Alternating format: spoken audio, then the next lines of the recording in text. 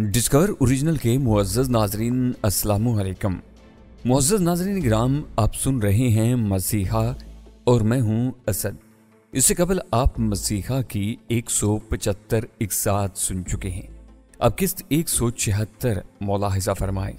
इससे कबल कि मैं दास्तान का आगाज़ करूं, आपसे इल्तमास है कि हमारी वीडियो को लाइक लाजमन किया करें, शेयर किया करें और कमेंट्स बॉक्स में अपनी आरा से मुतल्ला लाजमन किया करें।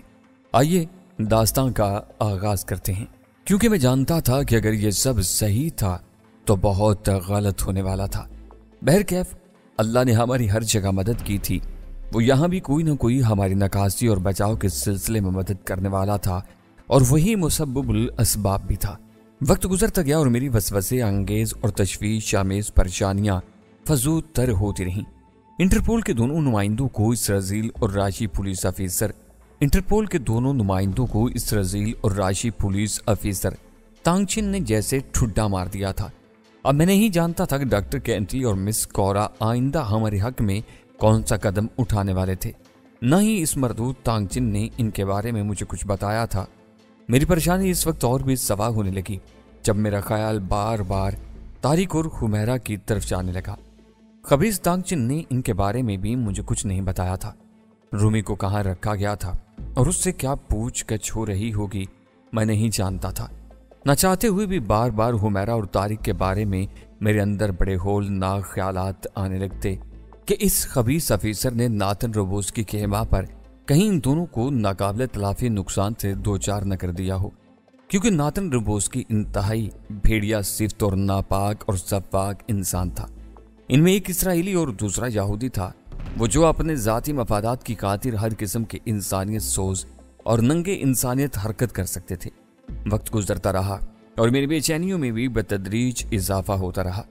मेरा बस नहीं चल रहा था कि इस खबीस तिब्ती अफीसर का गला दबोच कर इसे हुमैरा और तारिक के बारे में उगलवा लूं। मेरे हाथों में कोई गन आ जाए और सामने तांगचिन खड़ा हो और मैं पूरा मैगजीन इसके सीने में खाली कर डालूं। मैंने भी तहैया कर लिया था कि फॉस्टर के बारे में तो हरगिज नहीं बताऊंगा। यकीनन अब रूमी की बारी होगी। जिस तरह मुझे उस मक्कार ने चालाकी से शीशे में उतारना चाहा था, अब रूमी पर भी यह दाव आजमाने की कोशिश कर रहा होगा। मुझे यकीन भी था कि रूमी का भी फॉस्टर के सिलसिले में वही मुआक्कफ होगा जो मेरा था। लेकिन अहम सवाल बल्कि मसला ये था कि अब ऐसी सूरत हाल में क्या किया जाए। तांगचिन हमें छोड़ने के मूड में बिल्कुल नजर नहीं आ रहा था। इसने इंटरपोल के दोनों नुमाइंदों को भी हरी झंडी दिखा दी थी। वह अब हमारी रिहाई के सिलसिले में क्या करने वाले थे यह हमें मालूम नहीं था। वक्त का इंतजार और किसी लाहे अमल की जरूरत अपनी जगह, मगर मुझे यह सब ऐसा ही लग रहा था जैसे हमारे खिलाफ एक अनदेखा मौत का जाल बिछाया जा रहा था। फोस्टर का मामला दरमियान में ना होता तो ये लोग ये खतरनाक इकदाम उठा भी चुके होते।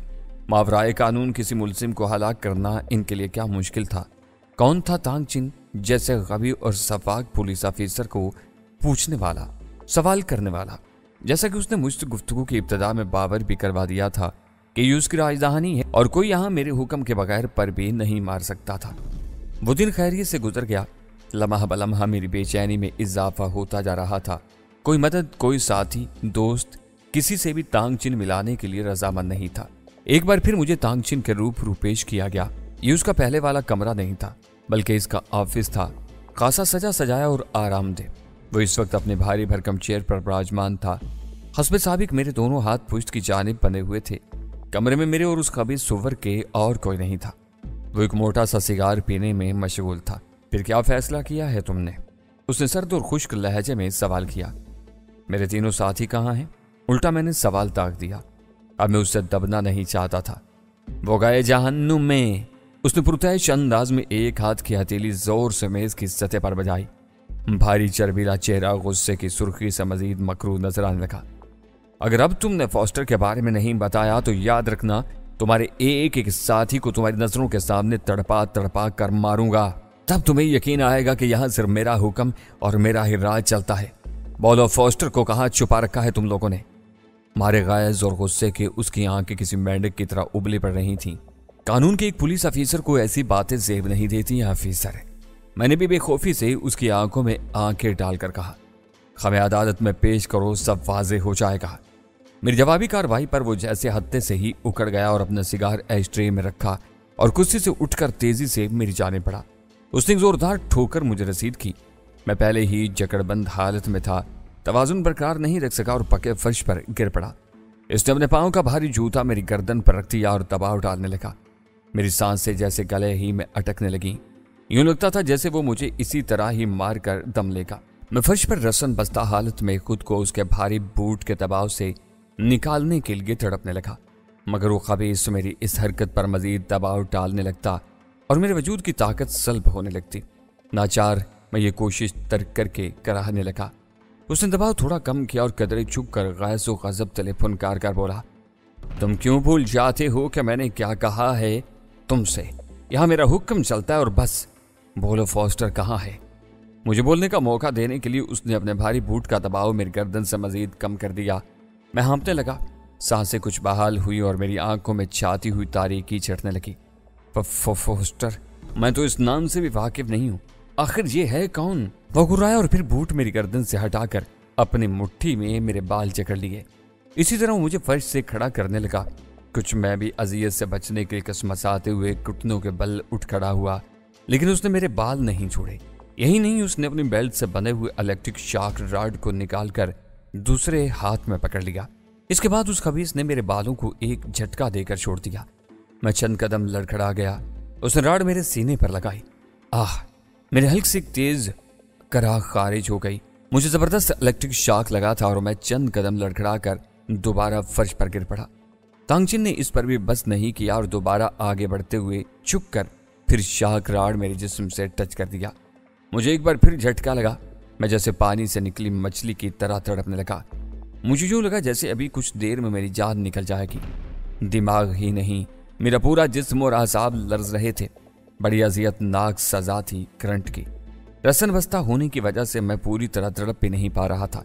इसने 2-3 बार मुझे इसी तरह का शॉक लगाया और बेख्तियार मेरे मुंह से आहू फरियाद निकल गई। बुरी तरह हाँफते हुए मैं बोला, बस करो, खुदा के लिए बस कर दो अब। वो रुक गया।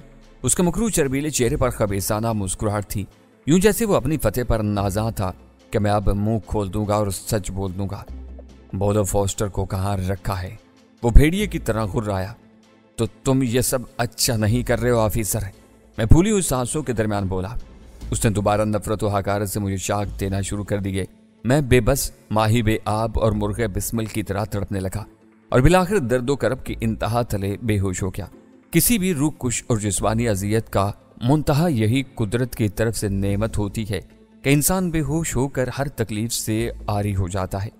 बेशक इसमें इंसान के CNS सिस्टम की बर्बादी के सबब मौत भी वाक़ई हो सकती है। शुक्र था कि मैं जिंदा था।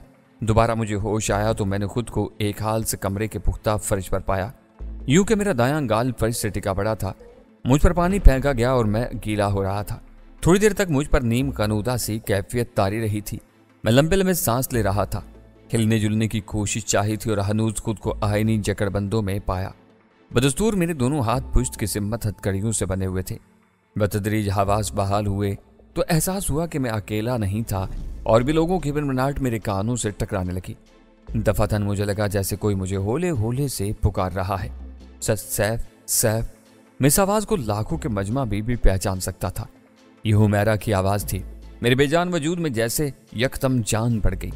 मेरा दिल बेचैन भी हुआ और मुसरत के एहसास तले यकबार की जोर से धड़का भी था। मैंने आवाज की सिमत पलट कर अपने रसन बस्ता वजूद और गर्दन को मोड़ा तो यकायक जैसे मेरी आंखें फैल गईं। हाल के चिकने फर्श पर मैंने हुमैरा समेत रूमी और तारिक को भी इसी हेत कोजाई में पड़े पाया। इन तीनों के हाथों को भी पुश्त की जानिब मोड़कर फुलादी हथकड़ियों से जकड़ा गया था। वो भी मेरी तरह बेबस और लाचारी की हालत में पड़े थे। इनके जिस्मों पर भी खराशें थीं। एक जानिब वही खबीस सूरत ऑफिसर तांग जिन हाथ में इलेक्ट्रिक रॉड पकड़े खड़ा था। इसके हमरा एक और भी पुलिसमैन खड़ा था। आप चारों को एक साथ यहाँ पर मैं खुश आमदीद कहता हूँ। अचानक ही उसने खबीसाना तंज के साथ बआवाज बुलंद कहा। मैंने बहुत कोशिश की कि अलग अलग तुम लोगों को समझाने की कोशिश करूं, मगर नाकाम रहा। तुम तीनों को मैंने बहुत मजबूत और इरादों का पक्का पाया। फोस्टर के सिलसिले में तो खैर सिर्फ सैफ और रूमी ही जानते होंगे, तहम तुम दोनों का पता मालूम करने के लिए मैंने तारिक और हुमैरा को भी थोड़ा डोज दिया, लेकिन वो वाकई तुम दोनों के बारे में कुछ नहीं जानते थे। खैर वो इतना कहकर रोका, फिर चंद कदम चलता हुआ हमारे करीब आया। मैं तब तक किसी न किसी तरह लुढ़कता हुआ अपने साथियों की तरफ चला गया था। मेरा अब सिर्फ एक ही सवाल है और वो है फोस्टर, वो कहकर रुका। इसके बकवास से कतई नजर मैं और हुमैरा एक दूसरे को महजूर सी निगाहों से देख रहे थे। तारिक और रूमी की भी मुझसे नजरें मिली थी। मुझे फोस्टर दरकार है और फिर ये खेल, ये कैदोबंद खत्म। उसकी बकवास जारी थी। मुझे भी इस बात पर मजबूर मत करो कि मैं तुम लोगों की नजरों के सामने एक दूसरे पर जबरो तशद्दुद करूं और तब तुम जुबान खोलो। ऑफिसर, तुम्हें अभी तक शायद इस बात का एहसास नहीं हुआ है कि तुमने किन गलत लोगों पर हाथ डाला है। तारिक की गरीदार आवाज उभरी। वो इसी नाबकात से मुखातिब था। हमारे बारे में इंटरपोल को यह इल्म हो चुका है कि हम तुम्हारी कैद में हैं। ये बात याद रखना। रूमी ने भी उसे धमकाने के लिए लुकमा दिया। My foot. एक हज़ियानी अंदाज का शैतानी कहका लगाते हुए तांगचिन ने अपने पांवों का भारी बूट पक्के फर्श पर मारा था। तुम लोग बार बार ये क्यों भूल जाते हो कि इस वक्त तुम सिर्फ और सिर्फ तांगचिन के सामने बेयारो मददगार पड़े हुए हो। और बस, ये इंटरपोल किस चिड़िया का नाम है यह मैं जानता ही नहीं।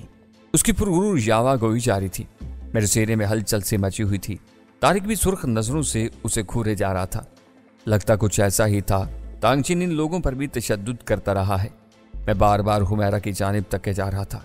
वो भी अपने खुश्क लबों पर बार बार जुबान फेरती हुई मुझे देख रही थी। इस वक्त मेरे सीने बल्कि पूरे वजूद में तांगचिन के लिए नफरत का एक अलाव सा दहकना शुरू हो गया था। ये कोई अमूमी नौयत की नफरत नहीं थी। ये वही नफरत थी जो मुझे अपने दुश्मनों से हुआ करती है, जो मेरे आसाब पर सवार हो जाती है और जब तक मैं इन्हें किसी ठिकाने न पहुंचा दूं मुझे चैन नहीं आता। ऑफिसर, तुम्हें हमारी जानिब से जरूर गलतफहमी हुई है। हम आम से रिपोर्टर और क्या है कि तुम्हारी ये गैर इंसानी और लाकानूनी हरकतें हमारी समझ से बालातर हैं। तुम तो इस तरह पेश आ रहे हो जैसे हमारी तुमसे कोई जाती दुश्मनी है। तारिक उससे ये कह रहा था। मुमकिन था अभी तक उसे फोस्टर वाले मामले का पूरी तरह इल्म न हुआ हो। इल्म होता भी तो उसका और मेरा मौक़िफ़ फिर भी एक ही रहता। तुम तीनों चुप रहोगे? तांगचिन ने अपने होंठों पर इशारे से उंगली रखते हुए कहा। फिर दूसरे हाथ की उंगली से मेरी जानिब इशारा करते बोला, मुझे सिर्फ इससे पूछताछ करनी है। अब जो कुछ भी मेरा लेना देना है वो इसी से है, तुम तीनों से तो बिल्कुल भी नहीं। मुझे इसका बेस का एक एक अंदाज ड्रामाई और होलनाक सा महसूस होने लगा। साफ जाहिर था कि मेरे दुश्मनों ने इसे मेरे सिलसिले में ब्रीफिंग दे रखी होगी। शायद इसी वजह से अब बाकियों को मुझसे अलग फर्श पर पड़ा छोड़ा हुआ था। ये इंसानियत की तजलील थी। अब वो वाला मामला ही नहीं रहा था कि जिसे मुजरिम और कानून कहा जा सके। यह सब अब मुआवराए कानून हो रहा था। एक जाती टास्क मिला हुआ था कानून के इस वर्दी पोश अफीसर को, जिसके इवज इसे ना जाने कितनी दौलत मिलने वाली थी। यही वजह थी कि मैं अब तांगचिन को भी एक दुश्मन ही के रूप में देखने लगा था। बताते हो फोस्टर के बारे में? वो अचानक मेरी जानिब घूमा, यूं जैसे अब वो मेरा मुंह खोलने के लिए कुछ करने वाला हो। ऑफिसर, में वाकई किसी फोस्टर नामी शख्स, अभी मैंने इतना ही कहा था कि वो अपने हल्क से किसी सुवर की गुर्राहटनुमा आवाजें निकालता हुआ सीधा हुमैरा और रूमी की जानिब बढ़ा और अगले इले में झुककर इस बदजात ने इन दोनों को सर के बालों से पकड़ा और बेदर्दी से यूं इन दोनों खवातीन को घसीटते हुए वस्त में लाने लगा जैसे आटे की भरी हुई बोरियां घसीट रहा हो। बालों के खिंचाव की अजियत ना की और रसन बस्ता हालत में यूं घसीटे जाने पर हुमैरा और रूमी के मुंह से मारे तकलीफ के कराहें बरामद होने लगी। ऑफिसर, मैं तेरा बहुत बुरा हशर करूंगा। हुमैरा और रूमी के साथ ये बेदर्दी वाला सलूक देख कर मेरी आंखों के सामने जैसे खून रंग सुर्खियां फैल गईं और मैं गज़ो गज़ब के आलम में उस तरह चीखा कि मेरी आवाज तक फट गई।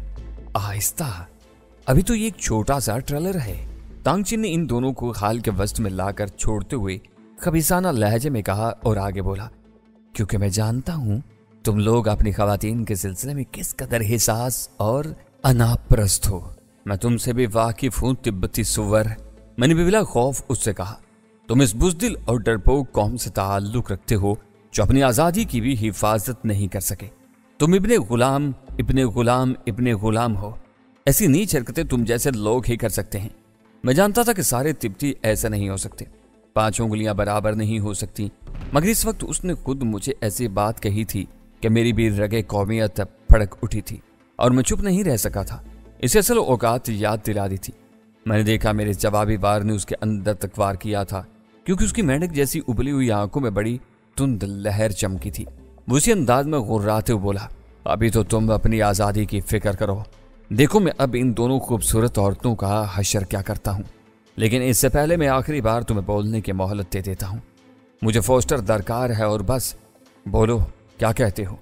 इससे पहले कि मैं जवाब देता, तारिक ने उसे मुखातिब किया, ऑफिसर मैं तुमसे ताउन करने के लिए तैयार हूं। हम सब इसकी तरफ तकने लगे।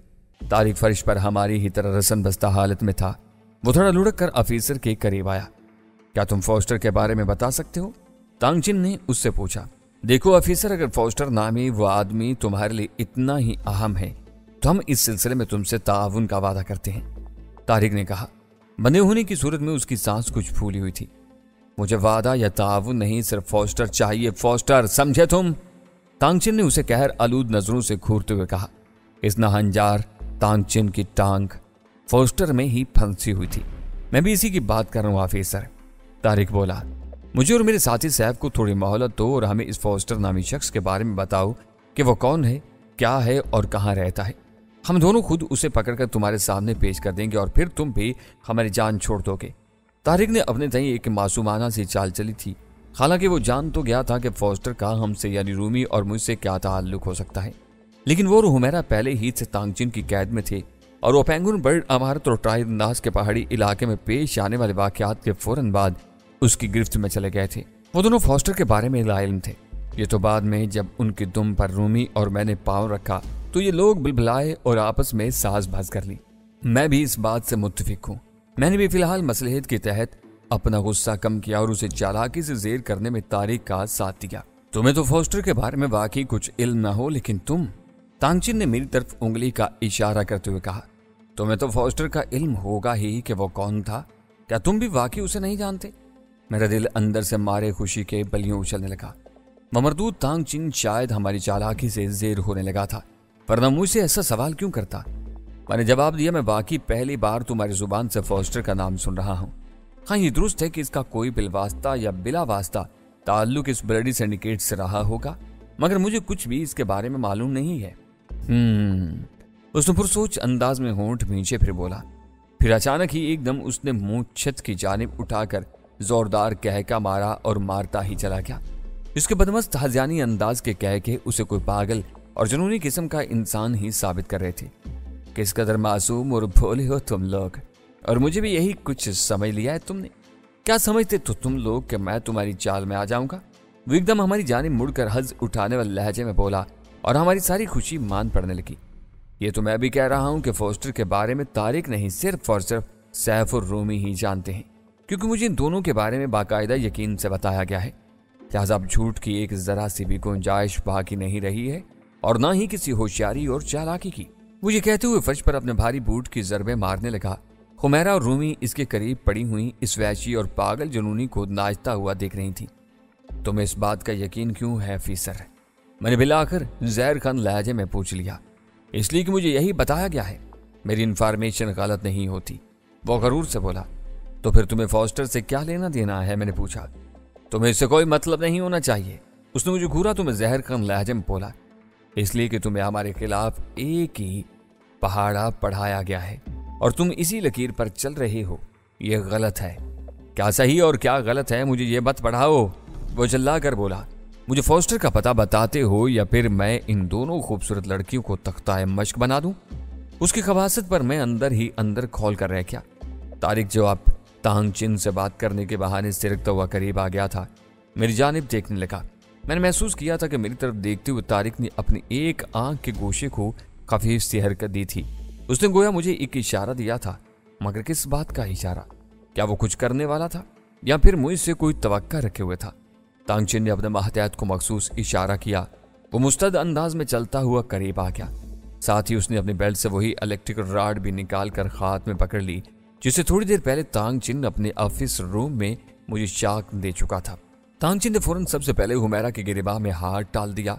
मैं हल्के बल चीखा और रसन बस्ता हालत में, कुत्ते जलील छोड़ दे उसे कहता हुआ उसकी जानिब लुढ़का ही था।